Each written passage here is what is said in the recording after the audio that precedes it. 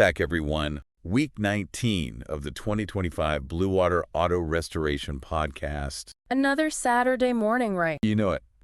And that means another deep dive into the world of classic cars. Today we're going behind the scenes a bit. Oh, yeah? Sharing some expertise from our team Right. on a topic that's pretty crucial for any restoration project. I like it. Achieving that ultimate show-stopping automotive paint job. Now, I know a lot of folks out there might think, Dude. painting a car is just about slapping on some color and calling it a day, but Oh, they are so wrong. boy, are they wrong. This deep dive is all about going beyond the basics. Yeah. And trust me, there's a whole lot more to it than meets the eye. Way more, yeah. So where do we even begin with this quest for the ultimate paint job? Well, first things first, you have to understand that the quality of a paint job is judged by its visual impact. Oh, okay. That means achieving a flawless color match, Right. a mirror-like gloss, and an even paint distribution across the entire surface. With no blotches, no streaks, and definitely no orange peel. Okay, orange peel. Now, I've heard that term thrown around, but to be honest, I'm not entirely sure what it means. Yeah. Can you break it down for me and our listeners? Yeah, orange peel refers to a paint surface that looks bumpy and uneven. Okay. Kind of like the skin of an orange, right? Gotcha. It happens when the paint doesn't flow out smoothly during application. I see. Usually due to improper spraying technique, Okay.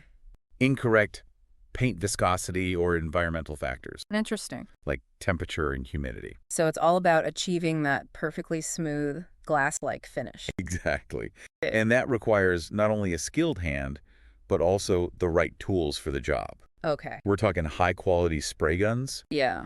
that deliver a fine, even mist of paint, All right. as well as clean, dry, compressed air Makes sense. that's free of any contaminants. Okay, speaking of spray guns, I know there are a ton of different types out there. There are a lot, yeah. What are the key things to consider when choosing one for a project? Well, it's not a one-size-fits-all situation, right? Right. There are different types of spray guns, like HVLP, high volume, low pressure, Okay. and RP reduced pressure, Right. each with its own strengths and weaknesses. So how do you know which one to use? You need to consider factors like the type of paint you're using, Okay.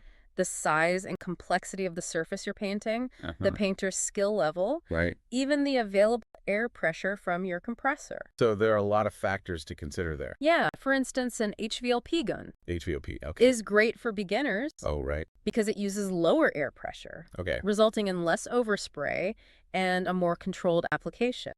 So that's why HVLP guns are often recommended for DIYers. Yeah, Are exactly. more forgiving. More forgiving, exactly. Right. And when it comes to professional grade work, Yeah. where speed and efficiency are paramount, Sure. you might opt for an RP gun. Okay, an RP gun? But ultimately, choosing the right spray gun is about Yeah. finding the perfect balance between achieving a flawless finish and maximizing productivity. Okay, so a lot to think about when it comes to spray guns, but Right. let's say we've got that spray gun sorted out. What's the next step in this paint job journey? Well, before you even think about laying down any paint, Okay. you absolutely must start with a thorough cleaning. Yeah, that seems pretty basic. Right. Soap and water, right? Soap and water are a good starting point, but Uh-oh. it's not enough to just give the car a quick wash. We're talking about a deep clean here There. that removes every trace of dirt, grime, grease, and any old wax residue. Really getting in there. Yeah, remember, even the tiniest speck of contamination can mess up your paint job, Well, causing adhesion problems or those dreaded imperfections in the finish. so attention to detail is crucial. Absolutely. So what's the secret to achieving this level of cleanliness? Well, after the initial wash, Yeah? we use a specialized wax and grease remover. Oh. To ensure that the surface is completely free of any stubborn contaminants. Okay. Trust me, this step is non-negotiable. All right. I once saw a paint job go horribly wrong Oh, no. because someone skipped the wax and grease remover. Really? Yeah, it was a real mess. Yikes. Okay, duly noted. No skipping the wax and grease remover. Absolutely not. I'm writing that down. It's better to be safe than sorry, especially when it comes to a project as important as a paint job. Now, once the car is squeaky clean, Yeah, is it finally time to break out the paint? not so fast. Whoa. For the ultimate paint job, Okay. we need to strip away the old paint and get down to the bare metal. Ah, the infamous bare metal restoration. Yeah. I've heard it's quite a process. It definitely requires some elbow grease, Mm-hmm. but it's the foundation for a truly long-lasting and flawless finish. Okay. We basically remove all the existing paint layers Okay. to reveal the raw metal underneath. Wow. This allows us to address any underlying rust or damage before applying new paint. So how do you go about stripping the car down to its birthday suit? Well, there are a few different methods, Right. each with its own pros and cons. Right. We could use abrasives, like sandpaper, Okay. to gradually grind away the old paint, Yeah. which offers good control but can be time-consuming. What are the other options? We could use chemical strippers Chemical strippers, all right? to dissolve the paint, Okay. which is generally faster, Right. but requires careful handling and disposal of the chemicals. Oh, yeah, for sure. And then there's media blasting, Media blasting, okay. where we use a high-pressure stream of abrasive material to strip away the paint. I see. It's the fastest and most efficient method, Wow. but it requires specialized equipment and expertise to avoid damaging the metal underneath.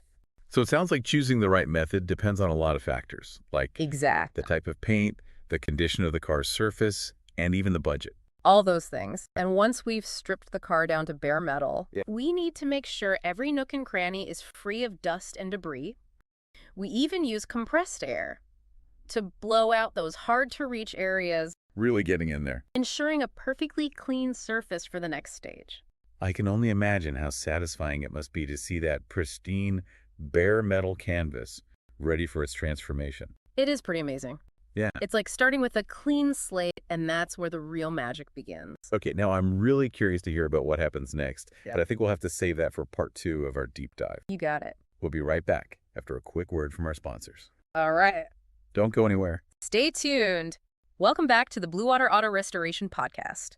All right, so we've got this pristine metal surface, free of any old paint, rust, or debris. What's the next step in achieving this ultimate paint job? This is where we lay the foundation for a truly long-lasting and flawless finish. Okay. We need to seal that bare metal with a special type of primer called epoxy primer. Epoxy primer. Okay, why epoxy specifically? What makes it so special? Think of epoxy primer as a protective shield for the bare metal. I like it. It forms a super durable barrier that prevents rust and corrosion from forming. It's like creating a fortress around the metal, protecting it from the elements and ensuring that the paint job stands the test of time. So it's not just about making the paint stick better, it's about protecting the car itself. Absolutely. A good epoxy primer is crucial for long-term protection, especially for classic cars that might be exposed to the elements. Right. It also provides a smooth, uniform surface for the subsequent paint layers to adhere to, which is key for achieving that flawless finish we're aiming for. That makes perfect sense. So you apply the epoxy primer, let it dry, and then what is it? Finally time for the color. Not quite yet. We've got a few more steps before we get to the fun part. Okay. Remember those dents and imperfections we might have uncovered during the stripping process? All right, yeah. Well, now's the time to address those. You can't exactly cover up dents with paint, can you? Nope, not if you want a truly professional-looking result. This is where things get a little bit artistic. Oh, well. We use body fillers, putties, and even specialized metal glazes to smooth out those imperfections. Interesting. It's like sculpting, carefully reshaping the metal to create a perfectly smooth canvas for the paint. I imagine this takes a lot of skill and patience. It definitely does. You need a steady hand, a keen eye for detail, and the right tools for the job. For sure. We use a variety of sanding techniques, from coarse grits to progressively finer ones, to blend those fillers seamlessly into the surrounding metal. So it's like a multi-step smoothing process. Exactly. And to make sure we don't miss any imperfections, we often use a technique called guide coating. Guide coating. This involves spraying a thin layer of contrasting color over the filler, which helps to highlight any high or low spots that need further attention. That's a clever trick. So once the filler is sanded down perfectly smooth, what's next? We apply another layer of primer this time, a high-build urethane primer surfacer. This fills in any minor imperfections that might remain, creating an ultra-smooth surface for the color coat. So 2 rounds of priming. You got it. Think of it as building a solid foundation for your house. Oh, okay. You need a strong base to support everything that comes on top. Yeah. Same goes for a paint job. We need that smooth, even surface to ensure the color and clear coat lay down flawlessly. Okay, I'm with you. So we've prepped the surface, sealed it with epoxy primer, smoothed out any imperfections, and applied a high build primer. Now it's finally time for the color, right? Yes. This is where the car really starts to come alive. Right. The color coat is what gives the car its personality and makes it stand out from the crowd. I bet this is the most exciting part of the process for car owners. It definitely is. Seeing their vision come to life in vibrant color is always a special moment. And just like with the previous steps, Yeah. applying the color coat requires precision and expertise. Right. We use specialized spray guns and techniques to ensure even coverage and avoid any runs, drips, or orange peel. Speaking of orange peel, you mentioned earlier that it's a common paint flaw. Are there any other things that can go wrong during the color application? Oh, sure. There's a whole host of potential pitfalls if you're not careful. Oh, You can get dry spray, which happens when the paint dries too quickly before it hits the surface, right. resulting in a rough, grainy texture. I see. Or you can get fish eyes, which are small circular defects caused by contaminants like silicone or oil repelling the paint. So it's all about maintaining a clean work environment and using the right techniques. Absolutely. And even with all the precautions in the world, sometimes things happen. Yeah. That's why we always have a plan B, whether it's respraying a section or using specialized products to fix minor imperfections. I guess that's why they call you the experts. Now, I know we're talking about the ultimate paint job, and that usually involves a clear coat. Huh. What's the deal with clear coat, and why is it so important? You're absolutely right. Okay. The clear coat is what really makes the paint job shine, literally. It adds depth, gloss, and that wet look finish that you see on high-end cars. It also acts as a protective layer, Okay. shielding the color coat from UV rays, scratches, and other environmental damage. So it's both aesthetic and functional. Exactly. A good clear coat is essential for achieving that show car shine and preserving the beauty of the paint job for years to come.